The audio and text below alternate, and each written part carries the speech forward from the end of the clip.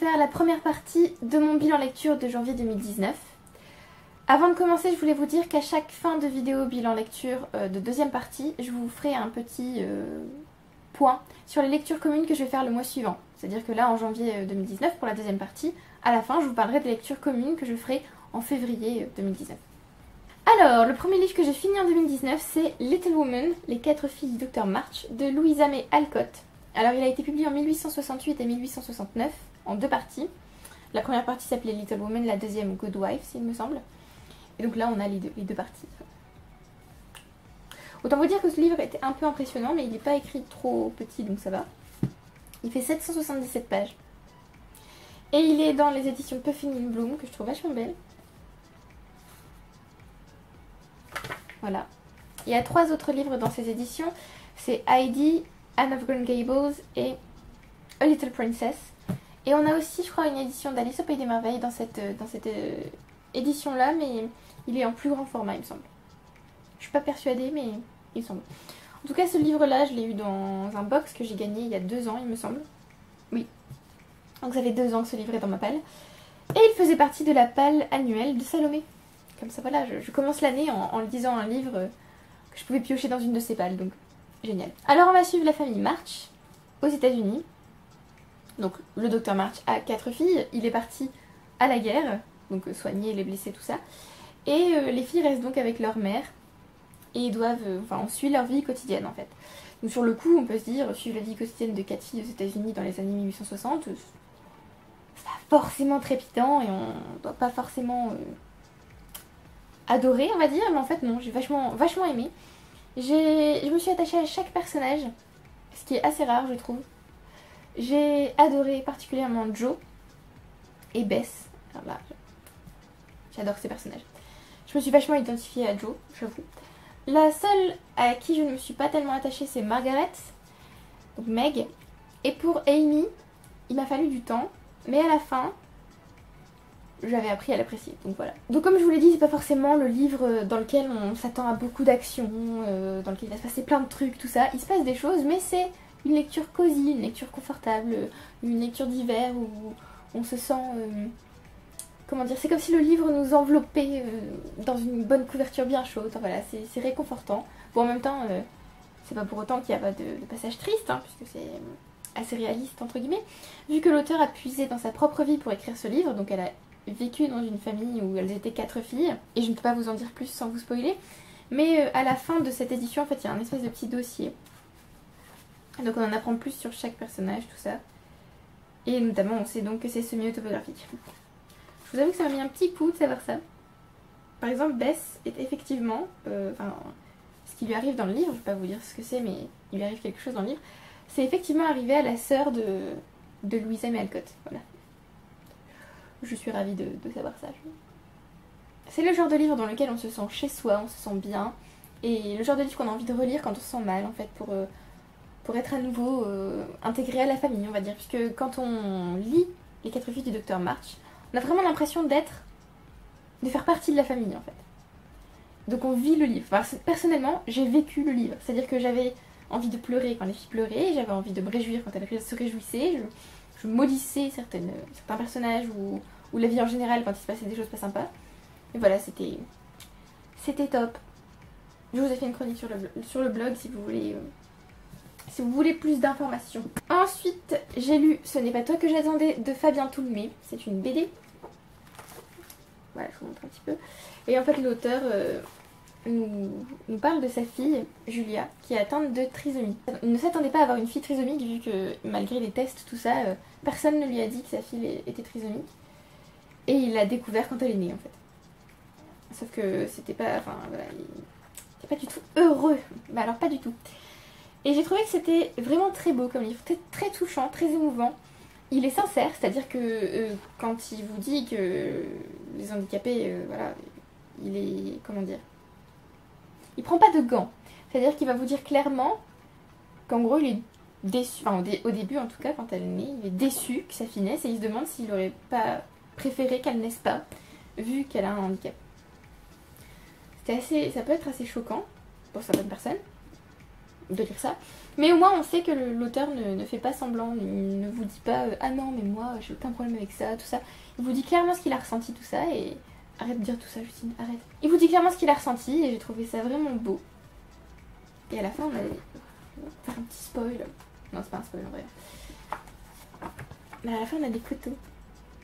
Et j'ai trouvé ça trop chou. C'est l'histoire de Fabien Toulmé qui apprend à aimer sa fille en fait, et j'ai trouvé ça très beau. Ensuite, j'ai lu City of Glass de Cassandra Clare, donc la cité de verre, le 3e tome de The Mortal Instruments, qui était à la fois dans la palle de Salomé et dans la palle de ma sœur, que vous n'avez d'ailleurs pas encore vu. Je l'ai filmé, mais je ne l'ai pas encore corrigé, donc vous l'aurez bientôt. Donc vu que c'est un 3e tome, je peux pas vraiment vous dire ce qui se passe. Mais dans le 1er tome, on suit Clary, qui découvre qu'elle n'est pas une humaine ordinaire, quand sa mère tombe dans le coma entre guillemets. Et elle va découvrir le monde fascinant des Shadowhunters. Donc je peux pas vous en dire plus, sinon je vous spoil les 2 premiers tomes. Mais j'ai beaucoup aimé ce 3e tome. En fait, j'ai été vachement déçue par le tome 2. J'ai trouvé qu'il... Alors, il se passait des bonnes choses, mais il y avait des moments où je me disais, mais pourquoi? Non. J'ai trouvé que c'était pas à la hauteur du 1er tome qui m'avait soufflé, j'avoue. Et là j'ai bien aimé, vraiment. Du coup, ça m'a vraiment donné très très envie de continuer à lire les séries de Cassandra Clare. Donc je pense que je vais bientôt lire The Infernal Devices, donc les origines. Je vais lire toute la trilogie. Et ensuite je lirai les tomes 4, 5 et 6 de The Mortal Instruments, puisque c'est apparemment comme ça qu'il faut les lire. Donc voilà, je suis contente. Alors, ce que j'ai aimé qu'il y ait de l'action, parce qu'il y en a vraiment beaucoup. J'adore le personnage de Simon, c'est un de mes personnages préférés. Et j'aime beaucoup le personnage d'Izzy aussi. Donc voilà, vu qu'ils sont tous les deux présents, tout allait bien. J'aime toujours autant le monde, le fait qu'il y ait des comment dire, des... pas vraiment dire espèces différentes, mais qu'il y ait des Shadowhunters par exemple, et qu'il y ait des Downworlders, qu'il y ait des magiciens, qu'il y ait des vampires, des loups-garous, tout ça j'adore. C'est vraiment le type de truc que j'adore. Mais en fait le truc aussi c'est que je m'attendais pas du tout à ce que ce tome soit une fin de trilogie, puisqu'en fait les tomes 1, 2 et 3 sont une trilogie à part entière, et tomes 4, 5 et 6 sont une autre trilogie à part entière, et je m'y attendais pas. Moi je pensais vraiment que c'était une série du tome 1 à 6, sans interruption en quelque sorte. Et en fait si. Donc la fin, quand j'ai lu la fin, j'étais là genre d'accord, ok. Donc la fin était très bien, hein. Juste comme je m'attendais pas à ce que ce soit une vraie fin, bah j'étais un petit peu... c'est un peu inattendu pour moi, j'avoue.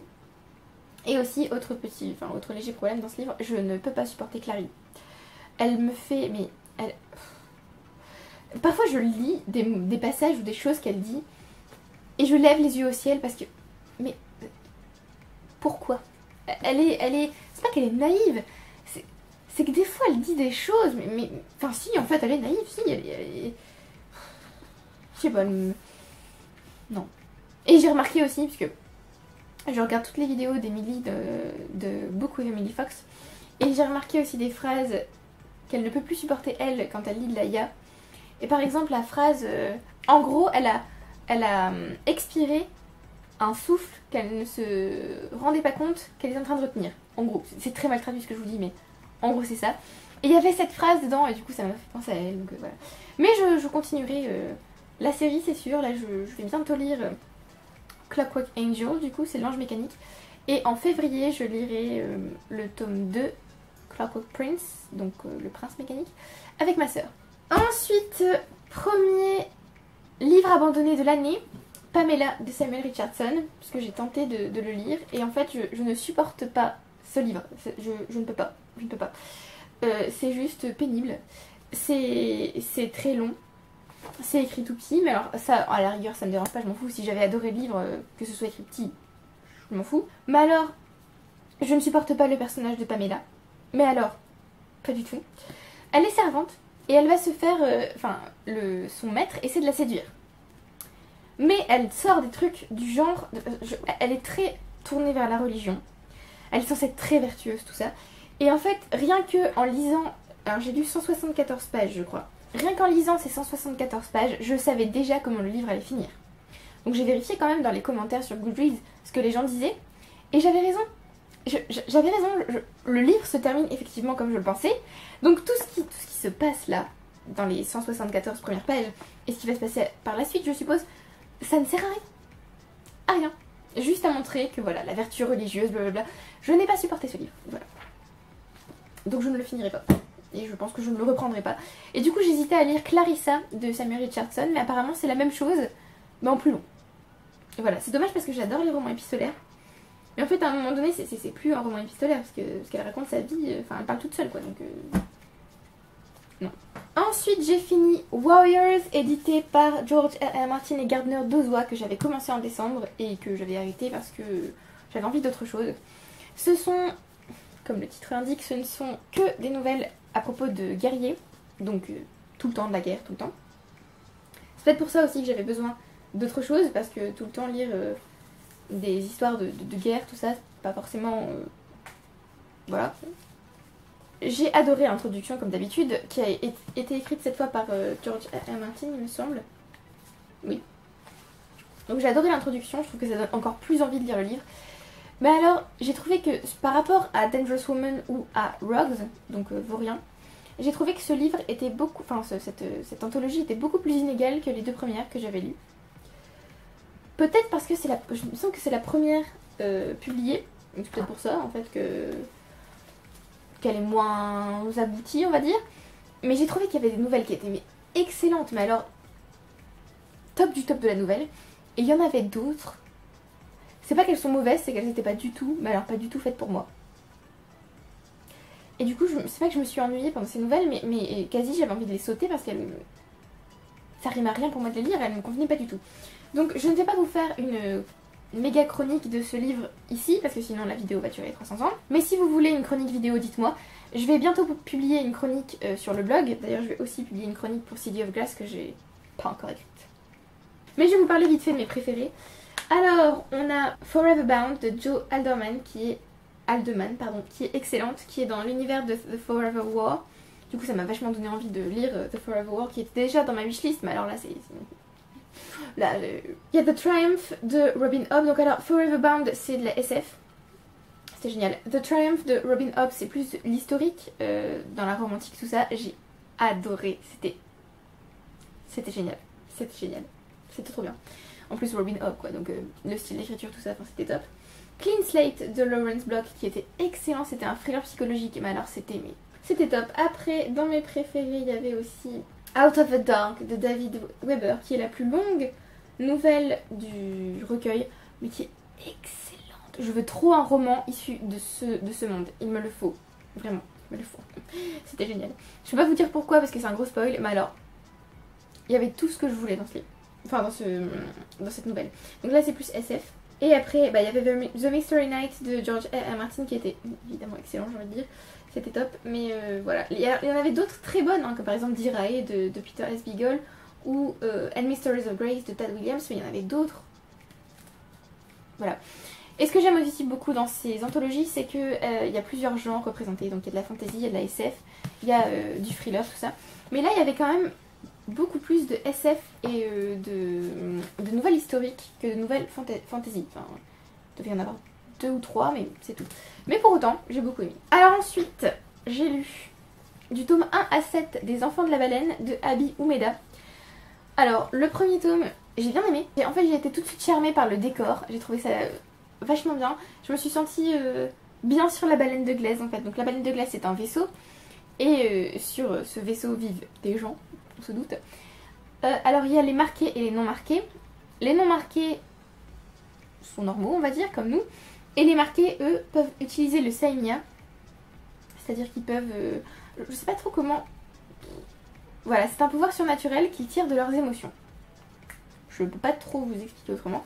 Mais en fait, quand ils utilisent le Saimia, souvent, on va dire, et bien, ils ont une espérance de vie vachement limitée. C'est-à-dire qu'ils meurent dans la vingtaine ou avant 30 ans, quoi. On adore. Et voilà, donc ce premier tome était tout doux, tout beau. J'ai adoré, j'étais bien dans ce tome. Voilà, là vous avez la baleine de glaise. J'aime beaucoup les illustrations, qui sont très belles. J'aime beaucoup le personnage principal, Chakuro. Je sais pas ce qu'on dit, Chakuro ou Chakuro, je sais pas. Enfin, je l'aime beaucoup en tout cas. Et j'aime beaucoup le système magique. Enfin voilà, je trouve ça génial. Et alors, donc j'étais bien dans ce premier tome, vous l'avez compris, je me sentais bien, tout ça. Et la fin, C'est comme si quelqu'un vous caressait lentement le visage et à la fin vous mettez une énorme gifle. C'était... Voilà, je suis restée bouche bée face à cette fin. Et donc j'avais prévu de tout lire à la suite, donc j'ai continué à lire. Donc le tome 2, donc ça poursuit la claque, hein, donc voilà, hein, toujours en plein visage, hein, c'était... En fait, ce que j'adore dans cette série, c'est que c'est à la fois très beau, presque poétique dans sa façon de voir la vie, de voir la mort, les relations entre les gens, tout ça, c'est vachement beau. Et en même temps tellement violent et tellement cruel. Le premier tome, non. Le premier tome, il est vraiment juste beau et doux et poétique, à part la fin. Mais alors, à partir du tome 2, là, on commence à avoir de la violence, ça commence à être cruel, on commence à se dire, oh mon Dieu, mais tout le monde va mourir. Voilà, c'est juste, enfin, c'est vraiment très beau. Mais c'est aussi très triste. Ce que j'aime aussi dans cette série, là, je vous montre tous les tomes un peu n'importe comment, mais... Enfin, sachez que tous m'ont plu. Par exemple, je sais que dans le tome 2, on commence à en apprendre plus sur le monde, sur l'histoire de la baleine de glace, sur l'histoire des personnages, tout ça. C'est dans le tome 3 qu'il y a un nouveau personnage qui apparaît qui s'appelle Léodari. Et alors, lui... Alors en même temps, on ne peut pas s'empêcher de le détester parce que... voilà. Et en même temps, on se dit... Mais le pauvre, il doit avoir un problème, il doit y avoir moyen de faire quelque chose pour lui. Voilà, et donc là vous avez Oni, que j'aime beaucoup. Là c'est Lucos, et là c'est Shakuro, que vous avez sur la couverture. Donc j'aime beaucoup les personnages, vraiment. Et ce que j'aime aussi dans cette série, donc là c'est Léodari, ce que j'aime aussi dans cette série, c'est que c'est pas seulement beau, il y a aussi des petites pointes d'humour qui permettent d'alléger un peu la noirceur de certaines scènes, parce que vraiment il y a des scènes... Genre là par exemple, je viens de trouver sur une scène sympathique. Il y a des scènes vachement dures, et en même temps il y en a des très belles. Voilà, je suis une grosse fan de cette série. Là on a Emma, tous sont vraiment bien. En fait j'ai vraiment commencé à adorer à partir du tome 3, parce que le tome 1 et le tome 2 c'est le temps que ça s'installe dans ma tête, tout ça. Et oui, à partir du tome 3 j'ai adoré. Là c'est Chuo qu'on a sur la couverture. En plus j'aime beaucoup les couvertures sont très belles et reflètent bien, je trouve.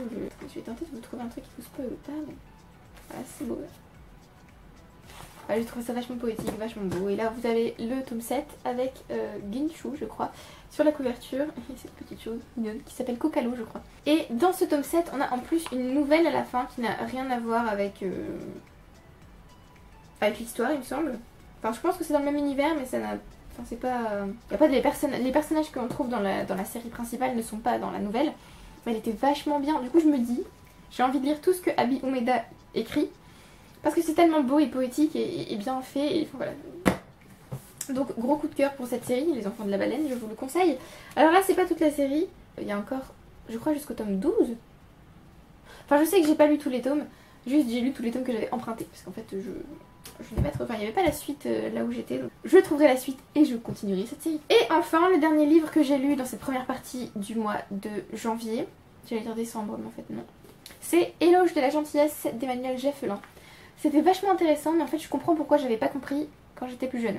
Parce qu'il y a énormément de termes et d'idées complexes. Et je pense que je l'ai lu quand j'étais petite et j'ai fait super. J'ai rien compris, mais super. Donc voilà, là je l'ai relu, ça va beaucoup mieux. Ce que j'aime beaucoup, c'est que l'auteur part de nos jours. Vont me dire oui, de nos jours, la gentillesse n'est pas une valeur qui est très mise en avant.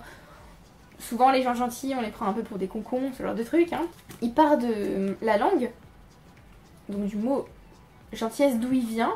Donc on part de la Rome antique, de la Grèce et de la Rome antique. Ensuite on continue vers le Moyen-Âge pour arriver jusqu'à la Renaissance, tout ça, jusqu'à nos jours. J'ai trouvé ça vachement bien. Bon, il y avait des moments où j'étais là genre tu me perds mec, je ne comprends pas tout ce que tu dis. Quand il cite d'autres philosophes et que... Voilà, il laisse la citation telle quelle et que moi j'étais là genre mais je n'ai pas tout compris. Heureusement, il explique en fait ce qu'il tire de la citation, ce que j'ai trouvé vachement bien. C'est clairement un éloge de la gentillesse. Soyez tous gentils. En gros, il nous explique en quoi la gentillesse peut révolutionner le monde par petites touches. J'ai trouvé ça vachement bien, vraiment. C'est très intéressant. Par contre, comme je vous dis, il faut s'accrocher. Je l'ai pas lu d'un coup, je l'ai lu petit à petit. C'était vachement intéressant. Voilà, donc je vous le recommande si vous êtes intéressé, vous vous demandez comment...